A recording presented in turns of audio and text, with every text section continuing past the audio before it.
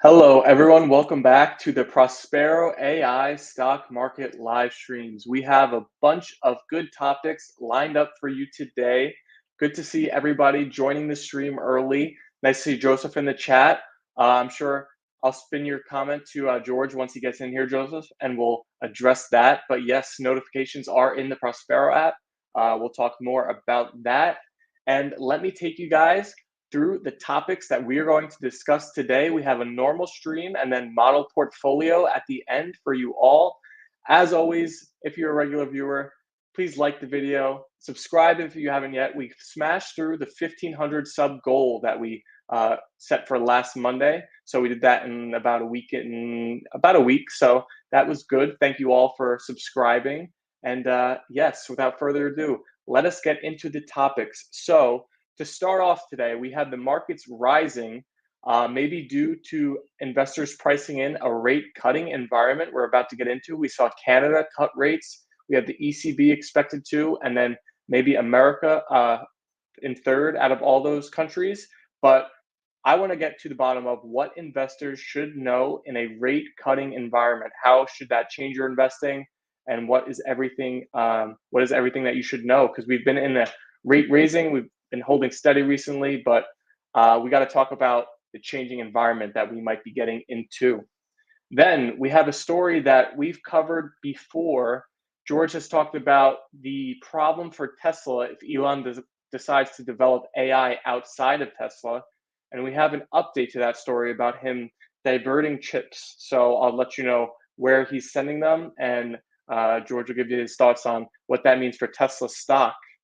Then we have a funny story to get into. I didn't think we'd be talking about the metaverse this quickly, but we have IKEA and Roblox teaming up. Hello, George. Welcome to the stream today. I'll tell you how much IKEA will pay their store workers, virtual store workers, and what that means for Roblox. Then we have a new national stock exchange looking to start up out of Texas. But what does this mean for the exchanges that are already in existence and for investors? We'll let you know. We haven't talked about this stock in a little bit. Disney. They're planning to do a massive renovation to their parks. They're going to be spending billions of dollars. And we'll talk about Disney stock. And maybe this is the final note of the DeSantis versus Disney feud that had been going on. And our last topic before we turn it over at the end of the stream to the model portfolio, we'll be discussing Boeing, which just had a historic Starliner launch. There seems like maybe they're catching up to SpaceX, who was doing similar flights in 2020. We'll talk about those two companies. Maybe Boeing has an underrated space side to their business. We talked about the space industry a little bit on one of our streams last week. So we'll get more in depth on that. But to start the stream today, I think maybe we should share the SPY and QQQ net option sentiment right now, because we have the markets rising a lot today. So let's check out the QQQ first. And the QQQ is at 49. So highest, not the highest, but as high as we've seen it in a bit here. And the SPY is at 48. Yeah, QQQ 49, SPY 48. So both, I would say, firmly in bull spots right there, right at those levels. Yeah. I mean, we were adjusting yesterday. Like, honestly, I wish I adjusted the model portfolio. Sometimes it's just like I only have time, a little more like time towards the end of the day to just like hit the investing stuff. But like, yeah, we kind of like nailed this on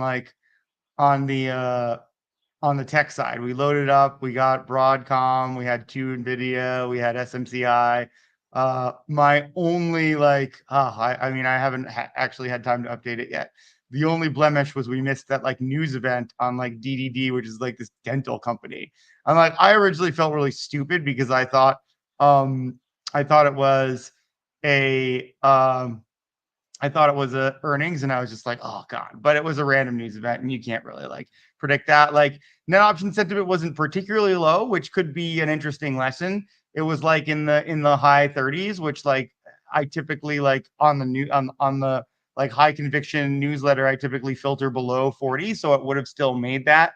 But these news events are interesting, and it kind of plays into what we were saying in our letter this past week, which is just that, like, sometimes some people are playing the news event, some people don't know it. Like in this case, it looked like less people saw it coming than did. But yeah, I mean, pretty bullish right now. We do have the push notifications where, like, obviously we have been pushing bull alerts the last few days. And like, yeah, we're really excited to have that feature online because, even unlike the trading newsletter, which can be a little more complicated, this is pretty straightforward. Like, am I bullish or bearish? Like, how am I looking to, build a strategy around that? And Joe, I got good news for you. That's just the alert. The screener is live, right? And that's the nice thing. If you just click the screener tab, and if you looked in the one today, I did try to say, like, hey, this is like, you can find it live in the screener tab. But yeah, basically after the push notification goes out, or like basically I see the screener go live first, and then I do the push notification. And the nice thing about that, even versus like the trading letter, like target lists, is like, obviously those trading letters target lists are static, but basically, like, now that updates just like the bull, like the typical R picks bull bear. And like, it's two different flavors. That's what we like. Like, those bull bear picks are the same formulas every day. So you're going to see some consistency. You're going to see a little more repetition there. But then, like, yeah, the push notifications, the alerts, like all of that, is like the alerts around the push notifications. All of that's just going to be a much more current view and updating. So like, yeah, I'm really excited about that feature too, because like a lot of this stuff is to help me as well. Like, I want to see what stocks to potentially add. And like, typically I run some things. Those that watch the model portfolio know that I run things on the back end. I move some things around in Excel, then I put it in. So like, this is helpful to me as it's helpful to you. We've been working on that feature for a while. So like, yeah, glad you like it. And I love open notifications. I don't know what you mean by that, Joe, but it's in the screener tab, right? Whatever I'm doing the push notification about is in the screener tab, right? And so we could just be really specific.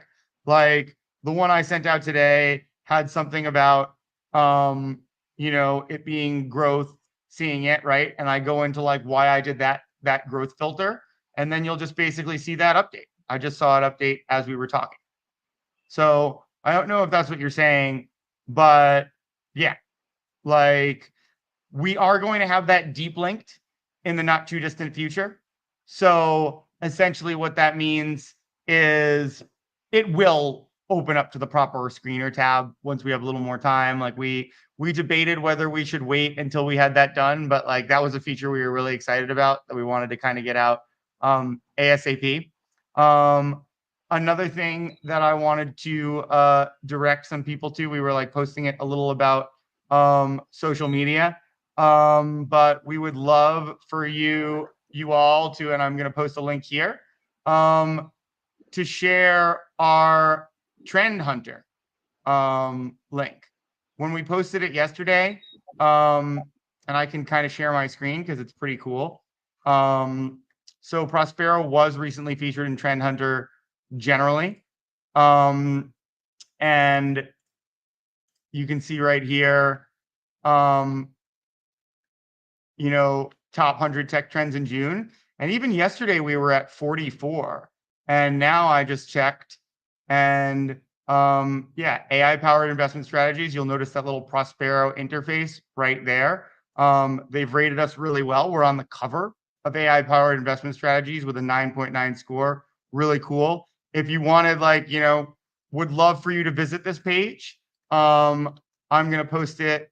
I'm going to post it in this, visit it. If you're wondering, like, a good time to share Prospero with your friends, or that page, like, now is the best time, because like, not only do we have kind of like a really popular objective analyzer of technology that rated us really well, I'd love to see us move up that list. If you share it, our topic will move up the list. As you already saw, it was 44 yesterday. It's 29 today.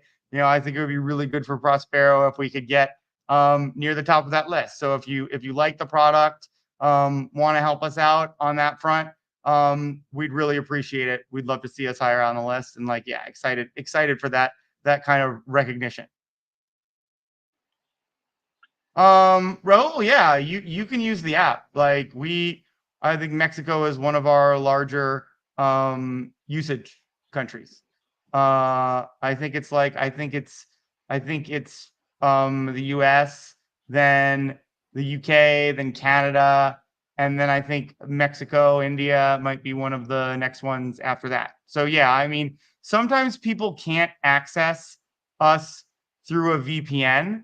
That might be what's blocking you, but yeah, we actually have, I looked at this yesterday, we have users in 200 countries. Like, obviously, like if what you're asking about is like, is it on Mexican stocks? It's not on Mexican stocks yet, but you can certainly use it in Mexico. I just want to verify, like, I believe I saw that listed, but I want to look for you. Maybe it is. Maybe. I mean, I actually know like a Mexican institutional investor that I've been in contact with that uses it. But let me just verify.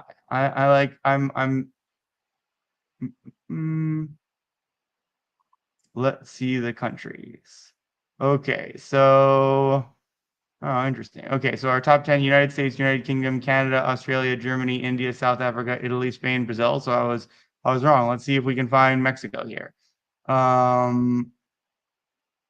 Nigeria is number 11. France, Mexico, number 14. In the last 90 days, we've had 143 users in Mexico, 66 of them new. So tell your friends, Raul. We'll keep growing that Mexico base, get in the top 10.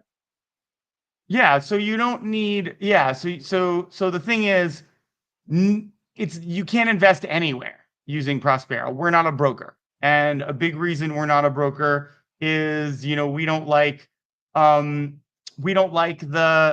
conflict of interest that brokers have. If Robinhood recommends you something, like, you don't know if they're recommending it to you because it is like the most active stock, or Citadel, who makes up a third of the revenue, just wants to push that.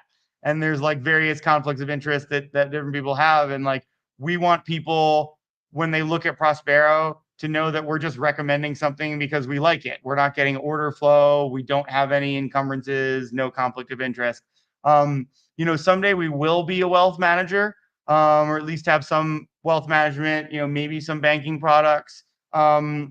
But that's down the line. Right now, we just want people to get used to our signals. We want to earn people's trust that it works and we're on their side before we roll out those things. So yeah, Raul, you're not being singled out.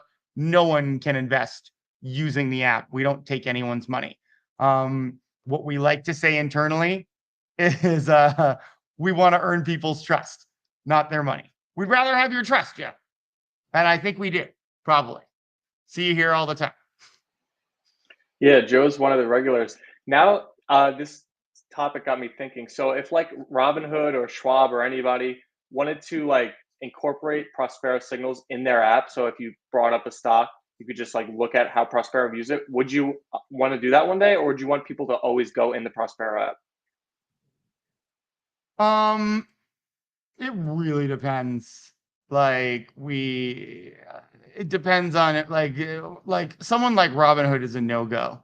Like, if someone like Fidelity or Vanguard wanted to partner, we'd be very open to listening.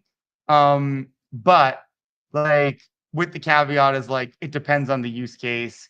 Like, at the end of the day, we do want to like stand on our own 2 feet. We do want to like collect users. And if people are basically able to use Prospero on like Fidelity, are they, going to want to use our app as much, since we're not going to be a broker? But yeah, like, there's a lot of different ways we can grow, a lot of partnerships we can pursue, and we're open to it. If the organization that we partner with aligns with our ethos. So I did want to talk about this today because we're working on a pretty good day in the stock market. The QQQ is up over 1.8%. What do you, if you had to pinpoint something to make today be so positive, do you think it's the market pricing in maybe rate cuts, or what can you point to make the market move that much today? Definitely. Yeah, I think that, you know, sometimes, like, I'd say especially like the United States, like on a macro level, they don't want to be viewed as less, stock market friendly than Canada. Like, that's not a good look. I think them leading the way is definitely letting like US investors like know that it's gonna be a lot harder. Like, maybe he can hold out one more with Canada doing this, but the pressure is going to be on Powell to cut now that there's been a cut so close to home. So yeah, I think people are reacting to that, and like, yeah, it's it's one of the things that we kind of always say is so important with net option sentiment. Where like what made me load up on tech was kind of seeing the difference, like the change in QQQ net option sentiment, the climb. And like, we kind of always venture to say, like, hey, there's always people in the know. They might have had contacts in, the Canadian Fed. I don't know if it's called the Fed in Canada, but whatever it's called. And people started to play this event. It's pretty clear that some people, including us, were keyed into this potentially being a bull day. So it really seems like the environment will be changing very soon, and we'll be getting into a rate cutting environment, which is very different from what we've been in. Is there any key bullet points or any point, like things you could share with the people who watch the stream, strategy notes about how you should invest in that different environment? I mean, I think I wouldn't get too ahead of ourselves. Is what I would absolutely say. Uh, it's very promising. There's a great reaction today, but the market has been pretty tentative. And there's a big difference between like people playing this event, people like adjusting their models today, like maybe around the assumption that there will be a cut, but then there's not further movement. This could also be the start of just a turnaround because it did seem like, there wasn't a great reason for like kind of like the bear turn to start in terms of like, there was the same macro concerns there have been. You could argue that people were getting more concerned that a cut wasn't coming as part of it. So this is helpful. But like, it's kind of like what we say on the bear side, right? It's just like, is this kind of a short term reversal, or is it more of a complete change in direction based on this news? I don't think we have enough data yet, but we're playing it pretty bullish in terms of like how much our position's hedged. So I am hopeful, but like, kind of what we always say is like the same thing Powell says. We need to keep watching the data. And but the move, like especially QQQ option sentiment at 49 is huge. So we'll keep our eyes on that. And I want to spin to a story that we've talked about before, and you kind of highlighted this before. I feel like it was talked about anywhere else. So we have Elon diverting NVIDIA chips that were bought and meant for Tesla to go to X and XAI. And we have the Elon's $56 billion pay package really, I think it's next week that the final vote happens. So it's right on the doorstep. Do you think this is the uh, final move that Elon's going to make to try and get that package passed and kind of show how he could develop AI outside of Tesla, like you had said before? Yeah, sending a message. I feel like Elon Musk is here. Some accidental Yoda there. I think that when you look at that, it's it's what we've been talking about. I mean, it's obvious. Like, he's made the threat. Like, I don't think he's like, he doesn't has never struck, like it's never struck me as someone that makes empty threats, right? And like he is branding X as XAI. Like he could like, yeah, there's been some Tesla bot development, but there's other AI strategies. There's certainly like new tech partnerships that can be signed in a company that he has like obviously private more control over. Like, and yeah, I think he absolutely like I would more identify this like I think it's going to be an ongoing situation. I don't think it's going to be like, oh, I'm pulling the plug on AI development in Tesla because I didn't get my pay package. You know, I think it's going to be kind of an ongoing thing. I think if this pay package does go back to court, if it's rejected, or sorry, if it's accepted and it goes back to court, I think a big argument Musk is going to make is like, hey, you see basically the reaction to me doing these things. Like, are you actually protecting the Tesla shareholder if you like, force my hand to, build AI outside of Tesla? So I really do think he's just like organizing his argument uh, to defend his pay package. And both sides are like you saw, like I think CalPERS came out and said they weren't going to vote for, him. There's been some like some of his older investors that are just like really shutting it down because they think his board is compromised. And a few of those board members they're trying to like push out. One of them is his brother. So I think that there's like absolutely a lot of intrigue around this story. But, I think more than, I don't think Elon Musk wants to like threaten Tesla's AI future business because that would really hurt that stock price. And obviously, that's a huge part of his net worth. So I think he's going to do a dance here where he threatens without doing too much damage. But anytime you're trying to thread the needle like that, you risk uh not executing properly on it. And I think he's walking a really dangerous line right now with Tesla. And it's kind of what we always talked about, where it's just like if you find yourself in opposition to your shareholders, some of your oldest shareholders, like large pension funds, like once you're in that position, it's like you're already in more of a lose-lose situation.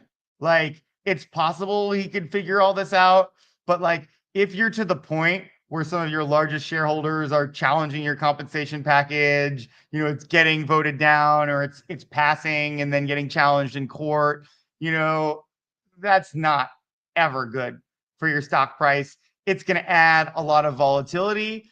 And like it's kind of what we talk about with the market and Powell, right? Where it's just like you're putting, I feel like, a cap on the bullishness. And I feel like that's what we thought. Like that's what we've been seeing. When everybody's just was so excited to speculate on Tesla, it's kind of hard to speculate on the bull side on Tesla right now because no matter how bullish you can be on your company on the company, which I would argue it's getting harder to be given some of their sales numbers, even if you throw those out, right? Like the cloud around this pay package, if it's going to be passed, if it's going to alienate his current investors, I think is a really it's tough to get the kind of like enthusiasm that the stock got before, where it was trading at like, very high PEs, especially as a Magnificent Seven stock. Like it was treated like not too long ago as a better like company than Nvidia in terms of the multiple people were willing to pay on future earnings. And it's really fallen, already fallen from grace. And that's why I'm saying he's walking a dangerous line. Even as much as a year ago, I would say that like you could say that like Elon Musk was like kind of testing the public a lot, but it was still hard to like doubt him because he was still just kind of winning. But like he started to feel some losses. And like much like with momentum trading, like those losses can start to spiral too. And now we see Nvidia creeping up on Apple to become the second largest company in the world. And this next story we're going to get into is one I thought wouldn't come back for a while because kind of the metaverse and the crypto cycle might go a little bit hand in hand. But we have a metaverse story today. IKEA is going to hire and pay people to work in their virtual Roblox store about 13 euros per hour, which equates to just under $17 per hour. Pretty insane. You know what? While we were live, George, I was actually thinking about this, what I was going to say when I brought the story up. I think maybe if IKEA is doing this as, part of their advertising marketing budget, maybe it's smart because we're talking about it. I saw it talked about a lot of places, but if it's anything other than that, I'm not sure really what they're doing there. Yeah, I'm just kind of trying to figure out like what you really get in like a metaverse store that you don't get on like a website. It's not like, it's not like your avatar like trying to sleep in like seeing how they feel in like a bed frame or like a kitchen. It's like the same as looking at it. Like so I don't know what you're trying to do. I think you make a good point on marketing where it's like we are talk like how often do we talk about like IKEA on our stream?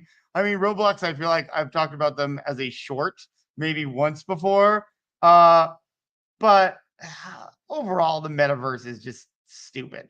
And like we've talked about it as a stupid thing with like with Zuckerberg. Like it's gonna be a different game when VR becomes more prevalent, as well as maybe like some of the sensory things that places like Neuralink is working on. Because it's just like, okay, if you can actually like get some of the experience of say like being in a room with the furniture that's like a little more real, then you're like, okay, maybe this is a little better than a website. Maybe I do want, but like even then, do you really want like a virtual person? I feel like salespeople are one of the worst parts about going into a store. Like they're not there for me. Like very rarely do I have any questions about like goods. Like, and even then, like I feel like it's like gatekeeping. I feel like if you like go and buy a couch and you're just like having to talk to like the salesperson about like what colors are there and when, like even then I would much rather be dealing with like a website or a little kiosk than an actual like person that was like trying to get my attention. So I don't know who this is for.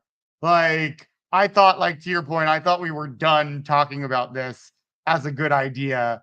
But if it is just a marketing thing, um, maybe it's good. Like I would have to know how many of these like virtual salespeople they were like really hiring. Like if you're talking about like maybe 10, that's like that's beyond a small rounding error for a place like IKEA.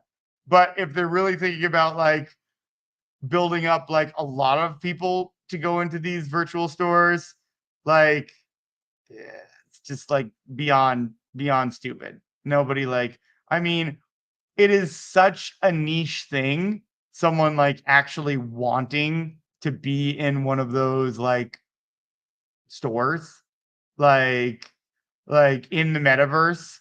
Like I have not, you could raise your hand on the stream if you're excited about interacting in the metaverse, but I've yet to experience like the only time I've ever done it is like there was like the pandemic during the pandemic there was like a metaverse Burning Man thing that you could go and like even then when I was like bored and isolated. I was like, and like probably as desperate as I'm ever going to get for human contact. I was still like, this is dumb. What the fuck am I doing with my time?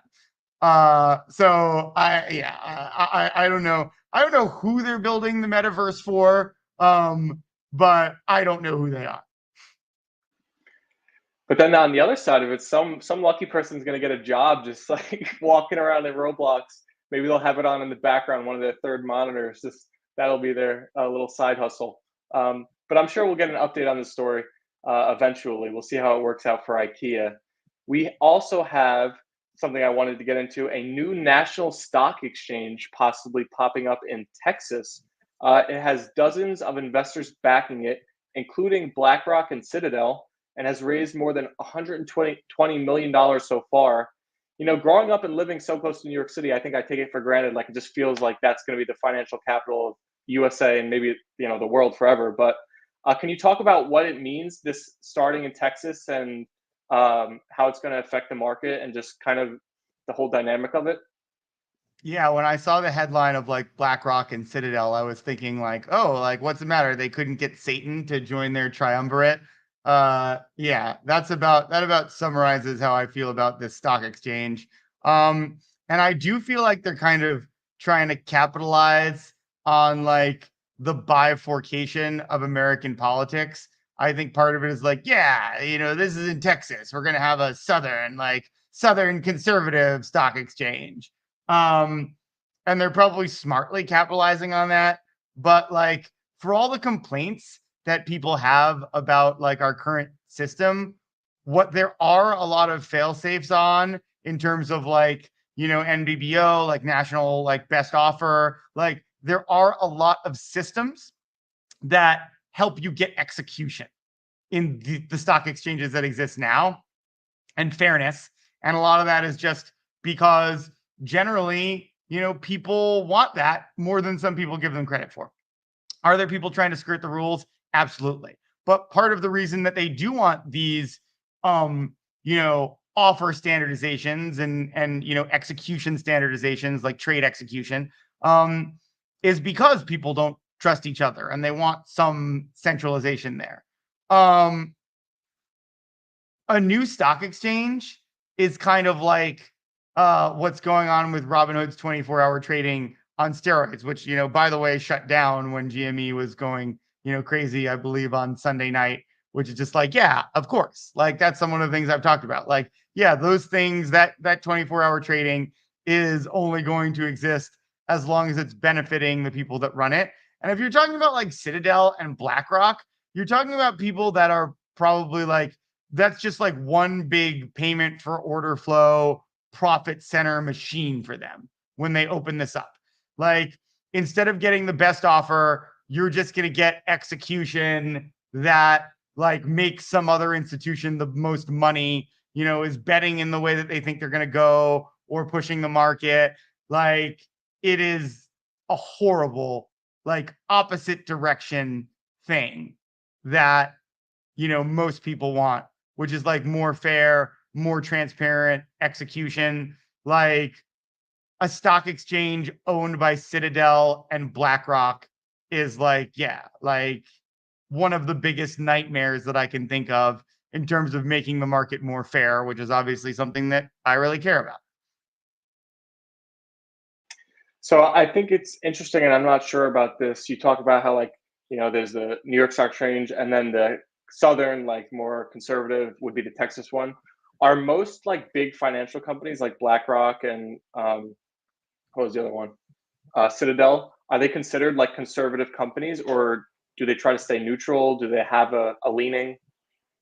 No, I mean, I think they like all these places try to stay as neutral as possible. I was saying like I think they're capitalizing on the fact Hmm. that like people in the South and Texas will be like, I don't want New York Stock Exchange. Like, give me the Texas Stock Exchange. And like just like capitalizing on the fact that like most people won't look much closer than that, than just it's like a Texas Stock Exchange.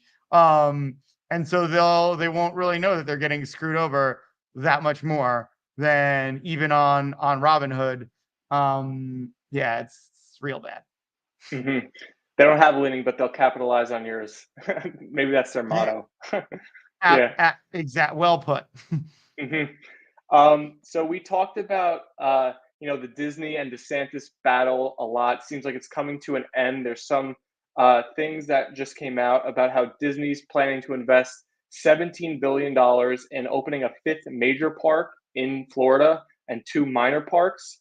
They're going to increase their hotel room amount from about 40,000 to 53,000. But there were other things for like the government side of it, where Disney has to donate 100 acres of land for infrastructure. They have to spend 10 million per year on affordable housing. They also have to use 50% for 50% of their construction projects. They have to use Florida-based companies. This seems like kind of the final note in that story. One thing I did want to mention in this is we covered a story a while ago about how Macy's was getting a buyout offer, possibly for real estate. Does Disney have a sneaky amount of that within their business that kind of gets overshadowed by everything else? Oh yeah, absolutely. Like not only do they have like pretty wide swaths of land, I do believe they like acquire like other and obviously like some of their office space and things like that. But like to give an idea of like the power that Disney has in some of these places, like I actually learned recently that you can't fly helicopters over Disney theme parks in California. Like literally in LA, there's like helicopters flying everywhere else, but like somehow they got that legislation passed that you can't fly over Disney. So I think that like kind of speaks to the power they have in some of these places. And yeah, just like super valuable real estate. And I think it probably extends past. I think sometimes they think about like acquisitions. I mean, and they have like theme parks in like Europe and like everything. Like I'd be interested in like in that if you think about, and probably like the land rights at those places are probably like you could build whatever you want there. So like yeah, I think worst case scenario, even if someone was planning to like demolish the theme parks, like you're probably talking about like billions of dollars in like land real estate, even with those demolition costs. Interesting. I would be fascinated to look up a list of like companies that aren't real estate that have the most value in that. Maybe I'll try to find that and look it up going forward. Because some of these companies they have headquarters and a bunch of facilities all over the world. So that would be interesting. I'm gonna look at that maybe for next stream. We have one more topic to get into today. It's another story. If you guys were in our stream last week, we kind of talked about the space industry a little bit. This is a company that, even though it's a legacy company, it's a first for them. So, Boeing's Starliner just launched on a mission to go to the International Space Station. It was delayed for years, so it's a big step for them. But SpaceX has a Dragon rocket that has been doing this from 2020. So, how do you think about the competition with that within that industry? Do you think Boeing, even though it's been a dog of a stock for a while now, it's kind of thought of as like a more boring legacy company? Do you think the space side of their business could kind of reinvigorate investors in that stock? Yeah, I mean, I think it's actually funny. I like that you hadn't seen this when we talked about this, but yeah, we actually saw a decided like net option sentiment uptick before Boeing stock went up recently. And I mean, I imagine it's around this, but that's just a really good like thing that we constantly say about Prospero, right? Like I don't have time to research every little thing about say like Boeing about being like, "Oh, was the stock maybe beat up enough from the plane disasters slash like they might have this like spaceship launch soon." Like, Prospero makes it a lot easier to just like cut through noise like that and just be like, "Oh, like there's all of this like movement in net option sentiment. Maybe it has hit its bottom." So I think that that's like just a really useful thing that I kind of always use Prospero for. And we say it and we're always super honest about this. I didn't see that trend shift in Boeing like before the price started to go up, but you can look at the time series graphs, they're right there. And we always ask people, like, if you see it, tell us. If you're in the app, if you're eyeing these things, like we always want to hear it. But like that's the thing about like Prospero that's been just like game changing for me. There's no doubt that even with all my experience, how I can do so well picking stocks in like the various portfolios are just like the amount of time and research like cut down that even me that has like a high level of experience can just, you know, kind of get rid of in terms of a process. Like obviously, especially for like the investing newsletter, the higher conviction things, the workflow tends to be like I see something and then I'll adjust. I'll say like, oh, like let me see how it looks in the signals. I'm going to look a little more, do a little more digging. That's why I do it over the weekend to make sure it matches from a value perspective, make sure it goes from a story. So it takes me a little longer. And, that's what I'd always suggest. But obviously, the big thing it cuts down on is like, I don't have to look at a large universe of stocks. I just look at the ones that Prospero is like recommending the most, or the ones that have the best trending. And like, that's what's amazing about the product that we built. Yeah, that's really cool. And now we have the notifications that people can get if we're seeing some kind of signal like that. But I think it's time to do the switch over. start the model portfolio update. We'll see you in your laboratory, George. Yep.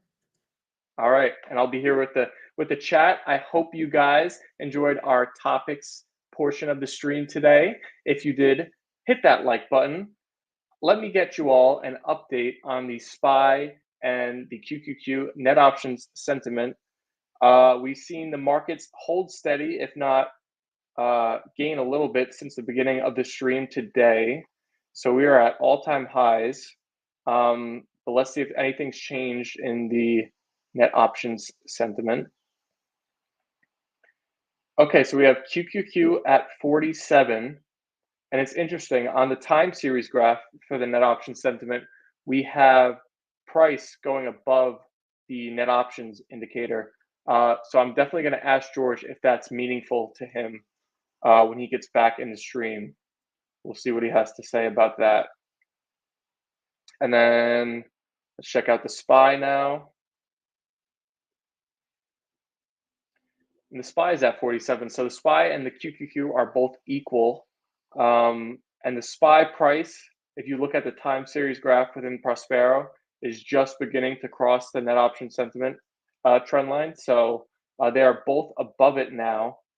It looks like on most of the graph, the net options is below it, at least in the tail end. It's kind of switching now, but we'll spin that to George and see what he thinks. It's nice to have a more regular stream today.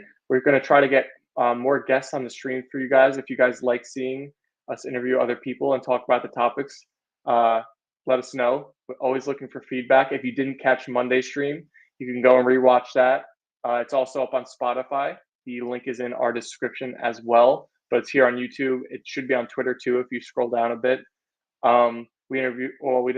George and Dave Lauer had a conversation, and then we got into some topics about the market. So I think that was a great stream, and it was really in depth in the topics that we covered. So if you guys enjoy our streams, you'll probably like that one. If you didn't catch it live, I see George is back in here. And George, I just pulled up the net option sentiment in Prospero, and I was interested to see that for the time series graph, the QQQ price is now clearly passing the trend for net option sentiment. Do you read anything into that when you look at that, or no? The price, I mean, those lines are like on their own scales, right? So what I tend to look at on that kind of thing is crosses, right? Because that basically means, like, if you think about it in terms of like a second derivative, or I mean, if you think about it in terms of the slope of the line, right? If the option sentiment slope is on a different trajectory than the price slope, that's something to note. It does look like the price slope is like getting a little more aggressive, but like, to me, that makes total sense, right? Net option sentiment is kind of like pretty firmly in the bull zone now. So it does make sense that price might start taking off a little more than that. Just like if you kind of take a look at May 29th at 3:58 p.m. I'm cycling on right now. You see that like net option sentiment really dropping a lot faster than price there. And that was obviously an indication that price was about to fall like a lot more. So that's kind of a reverse. Like, you see the slope get greater, and like that's the kind, when I look at it, that's the kind of thing I'm looking for to give me an indication whether like one might be, if one's accelerating, it might be the other one's about to catch up, accelerate more. It depends on the relationship there. But we got some work to do on this model portfolio. So let's dive in. Are you going to try your narration again, Stephen? Yes. Oh, wait. I have to make sure I've got to make sure I'm in the right.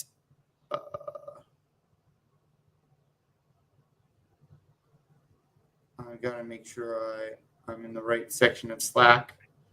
Just got a question on Twitter about how often all of the signals are updated, and it is every 3 minutes. So, sort of.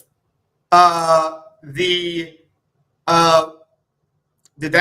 came through. That's the first time we've ever had something come through Twitter. That's cool. So net options, upside and downside, the ones that are derived from the options markets, those update about every 3 minutes. A frequent question we get on that is like people will see the time series charts and they'll say like, oh, the last time it was updated was like 12:38, I think was from today. And it's like, no, that's just when the time series is updated because it updates 3 times a day at the same times. And that's so you can get an exact picture of like the flow, like we're talking about in the slope. Otherwise, if you have like basically those metrics like every 3 minutes, they update like over 100 times a day. And that's just like too many points on a line for all of them to get a lot of clarity. So if you always look at like the 10-point graph, so like a 5 long, 5 short, you'll see those numbers move about every 3 minutes. Social sentiment updates every 10 minutes each. Profitability growth once a day. Short pressure 4 times a day during market hours. Dark pool rating once a day. Market similarity once a day. Institutional flow once a day. That's everything. But you can also look in the help sections of the app. If you click on the metric in the 10-point graph and pull it up, all of them say for each metric how much they update. All right, let's dive in. The model portfolio, it's been having some, it's been a bit down. Okay, so yeah, look at, I hate when this happens.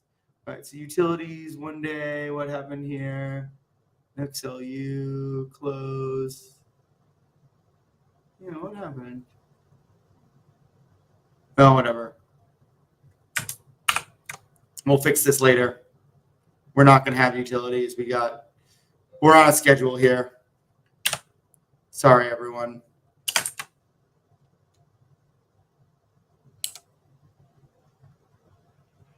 I'm sure our viewers are dying to know the change in utilities day over day.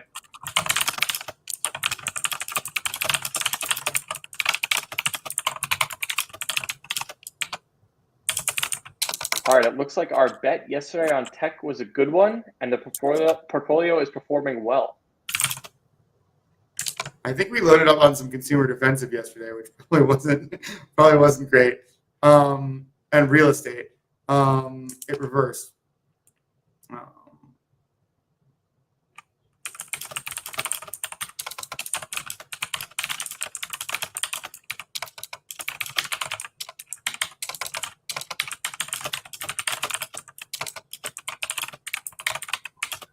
We will add some more tech, but don't want to get too overloaded in case the market corrects tomorrow.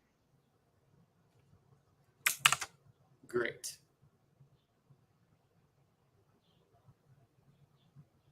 I gotta like get out of that. Who is this? I think it's me. That shouldn't bother me so much.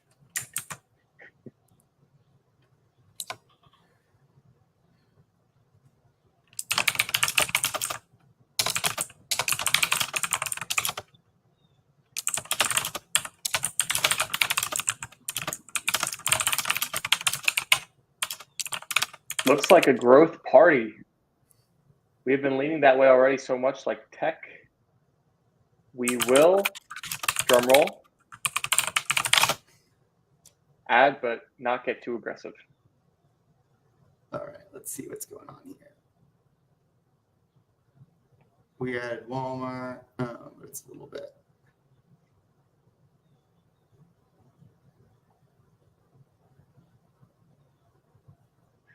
All right, I think we're just.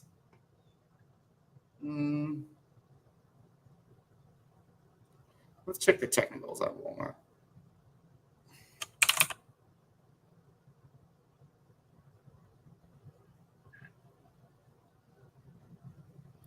Yeah, we're getting rid of it.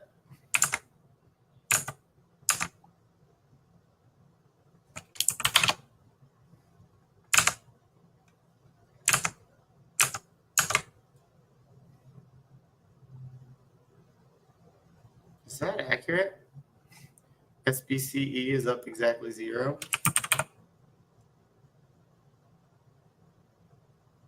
All right. Do we want to be cautious? I don't know.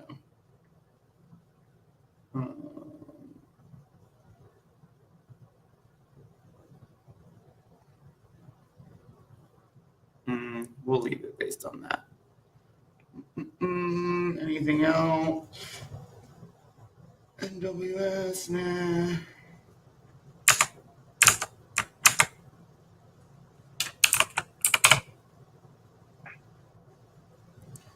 Light bridge.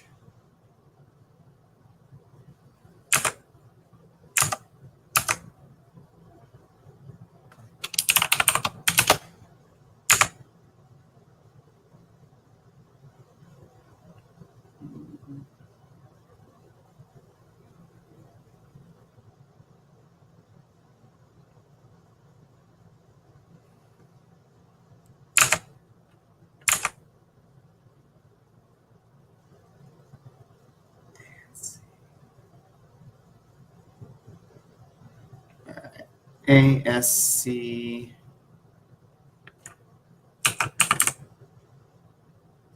No, Ardmore shipping.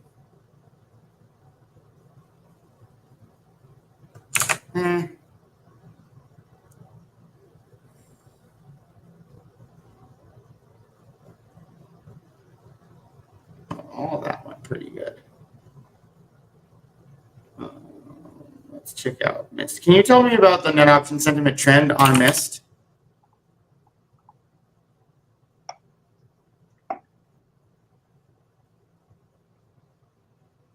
Mist trend is very steady, only going from 46 to 49. So not really moving much. Okay. How about ILMN? ILMN is beginning to uptrend. They were at 44 before, down to 38, but hitting higher highs recently. How about ICLK?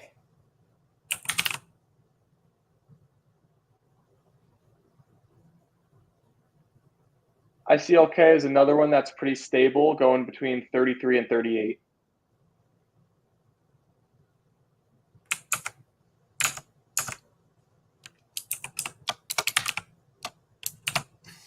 All right. And I think I'm going to do something, because things are just so bullish today, I'm going to do something I haven't done in a while and just do like a straight up bull.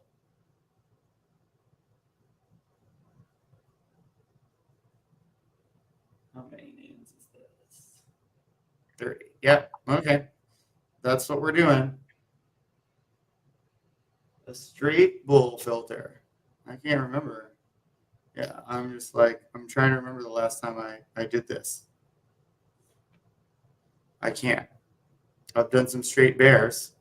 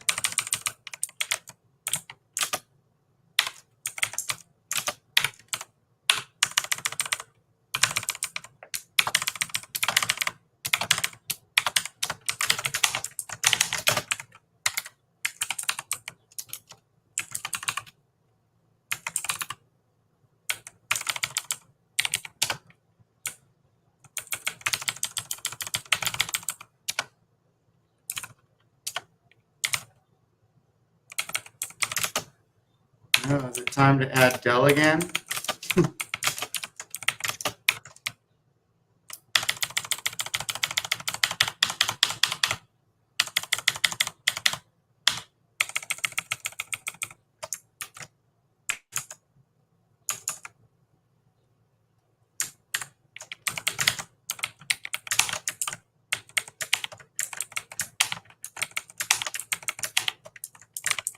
Okay. All right. I think we kind of know what's going on here. I think we'll do a Dell. I think we'll do, I think we got plenty. We'll get Taiwan Semi again. And I'm not even looking here. I'm just kind of seeing like what I know we don't have. I think we have one HubSpot open, right?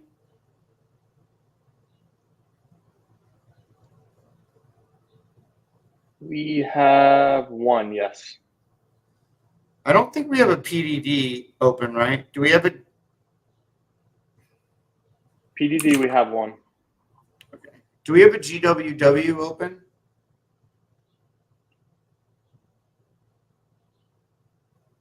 We do not.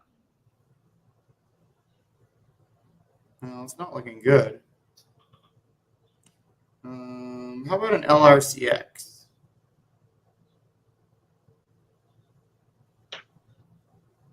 LRCX, we have one. Do we have a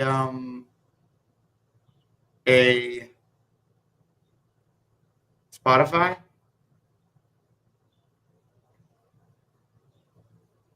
We do not. We'll get a Spotify. I think we'll get an Alibaba, Spotify. I think we have an EME, right? Yep, we do.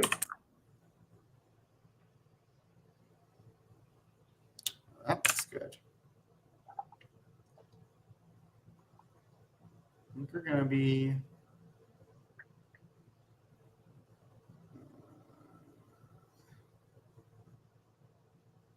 All right.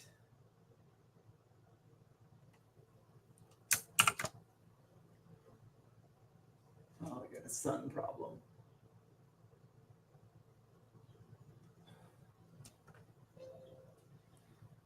Okay.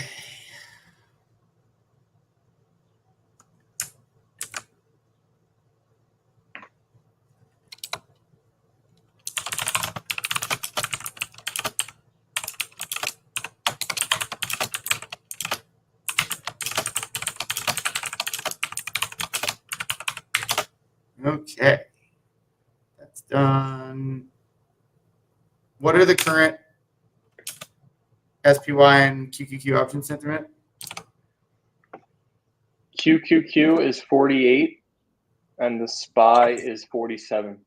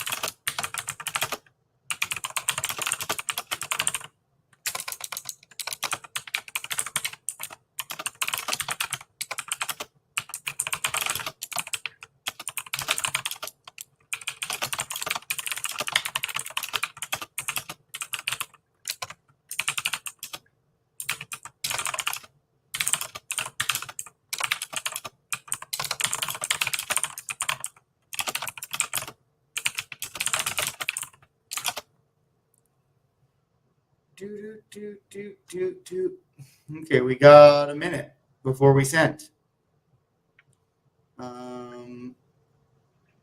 Any questions?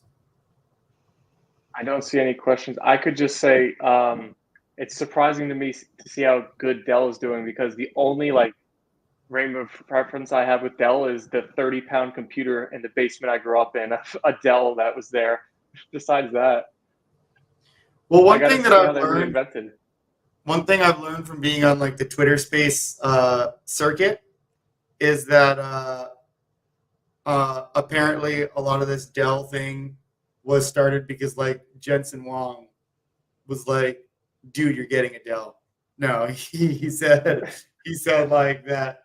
I don't know exactly what he said. I think he had some pro Dell comment, and apparently everything he touches turns to gold these Yep, days. it, I did. it's I Jensen's actually world. like one of the things on I'm starting to like do more responses on X, and one of the things where I like cracked myself up a little bit was I saw that he was like signing the chest of some woman, I saw and I that. was like, yeah, I was just like, it's the leather jackets. The guy's a rock star.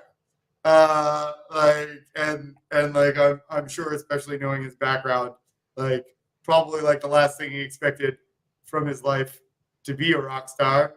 But hey, this is like in the age of AI, the man that controls the best chips is a rock star. And if he takes Jeff Bezos's path, he'll be ripped in like 10 years from now on a beach somewhere. I mean, he already looks young. I mean, the Yeah, crazy thing about Jeff Bezos is he looks about like 10 years younger at like 60 than he did at 30. Like, I think we should, before we go, the power of we money, should, I guess. yeah, we should pull up a good, I guess, young Jeff Bezos picture. Uh, yeah, here we go. This is like,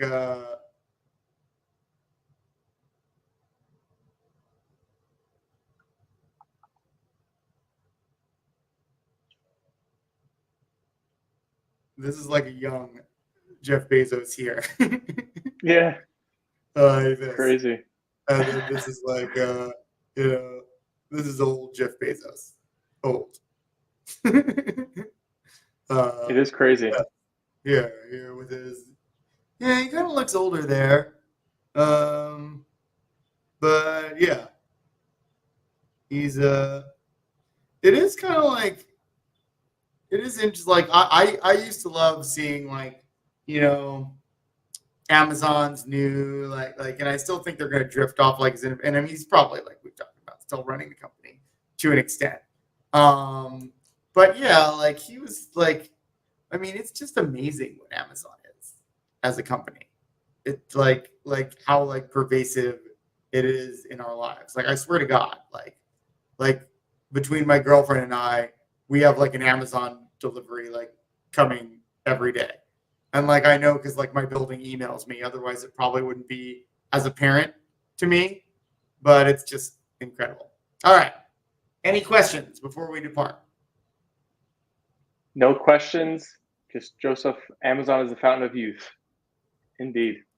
All right. Thanks for coming, everyone. All right. Yep. Thanks for being here, guys. Let's have a bullish week.